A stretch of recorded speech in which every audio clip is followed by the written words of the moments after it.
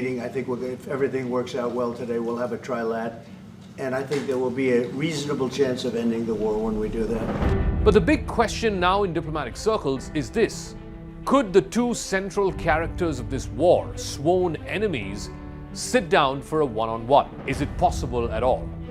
For Vladimir Putin, such a summit would be a way to cement a peace deal that the Kremlin would then cast as a victory in this war. But the Trump factor is also an important pressure point. Zelensky has to accept Putin's demands on Ukraine, whether it is land or sovereignty or guarantees that Ukraine will not join NATO. But such a meeting could also carry severe political risks because the Kremlin has been long signaling that negotiating directly with Zelensky would be beneath Putin, would be beneath the Russian leader. It would make him look like an equal, which is exactly what Putin does not want. It would be a compromise and it would cast a potential Putin-Zelensky meeting as a concession in itself. And that is something that the Kremlin will be loath to. Мы не отказываемся ни от каких форм работы, ни от двусторонних, ни от трехсторонних. Президент об этом неоднократно говорил. Главное, чтобы любые форматы 1+1, 1+2, многосторонние форматы, которых тоже немало, в том числе, кстати, и в рамках Организации Объединенных Наций, чтобы все эти форматы включались. While Trump is extremely kicked about a possible meeting between Putin and Zelensky, the Kremlin, as always, has tried to keep its options open.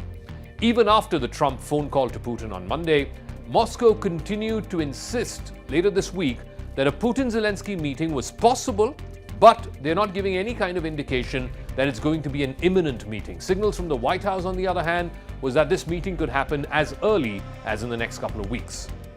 Analysts who study the Kremlin say it's hard to imagine Putin agreeing to a meeting with Zelensky unless it is clear to Putin that Zelensky was prepared to accede to all of Russia's key demands to end the war.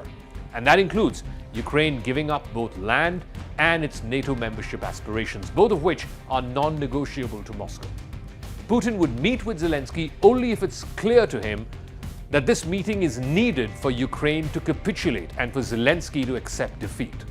Or the other purpose would simply be to keep Trump happy and to keep the pressure from the White House away. To sit down with Zelensky for the purpose of a short meeting could also be potentially controversial in Russia. Putin has staked the entire narrative of his invasion on the false premise that Zelensky leads a regime which is guilty of genocide against Russian speakers in the east of Ukraine, particularly in the Donbass. That is not quite accurate. Putin has since spoken of Zelensky in almost venomous terms. In 2023, for example, Putin attacked Zelensky's Jewish identity. Putin said that his Jewish friends had told him that Zelensky is not Jewish and that he's a disgrace to the Jewish people. So a one-on-one negotiation could allow Putin and Zelensky to be seen as equals, and that is why Trump's insistence that a meeting between Zelensky and Putin is seen as near impossible as far as Moscow is concerned. Zelensky also, in his White House meeting with Trump, said that he was open to the idea of calling for elections in Ukraine once the war ends. Are you open to holding an election in your country? Yes, of course. We are open for election, yes. We have to do safety circumstances, and a little bit we need to work in the parliament, because during the war you can't have elections, but we can do security. We need, maybe, how to say, we need a truth, yes, everywhere, in the battlefield, in the sky, in the sea, yeah, to make possible for people to do democratic, open, legal elections. Zelensky has been losing popularity over the last 3 years since this war began. It has drained the Ukrainian people of time, money, and most importantly, precious lives. When the war started, more than 90% of the population supported Zelensky. Today, that number is down to 70%. He also recently got a lot of flack for an anti-corruption bill which his government had stalled. Eventually, his government had to backtrack and give in because people started protesting against Zelensky. In fact, they said that this move was to try and hide the corruption that they allege him and his family had been indulging in since this war began. There have been serious allegations against Zelensky and his family that they pocketed millions out of the funds that came Ukraine's way after this war started. But currently, Ukraine cannot have elections because the constitution bars it to have elections because they're currently paused because of martial law. But if elections were to be held, then there could be potential challengers to Zelensky. One of them, and perhaps the leading contender, is Valery Zaluzhny. He's the former commander-in-chief of the Ukrainian armed forces. He currently serves as Ukraine's ambassador to the UK. He's known as Ukraine's Iron General. He enjoys high approval ratings. He's considered a serious contender. Then there is Petro Poroshenko, who's the former president of Ukraine and leader of the European Solidarity Party. He remains a vocal critic of Zelensky and has indicated his intention to run for president once this war ends. And finally, there is Yulia Tymoshenko, a former prime minister who, along with Petro Poroshenko, leads the country's influential opposition figures.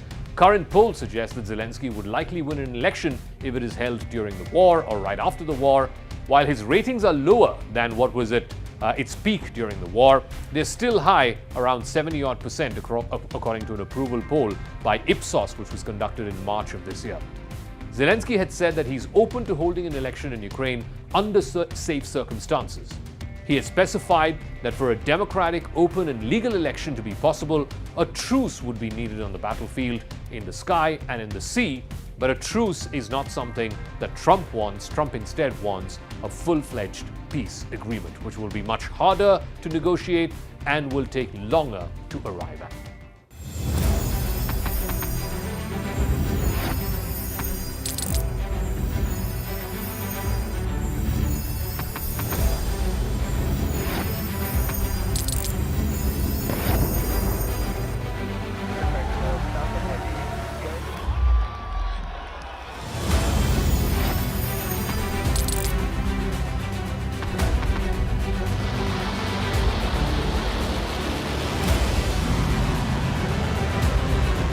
Been fighting so long and so hard that they don't know what the they're doing.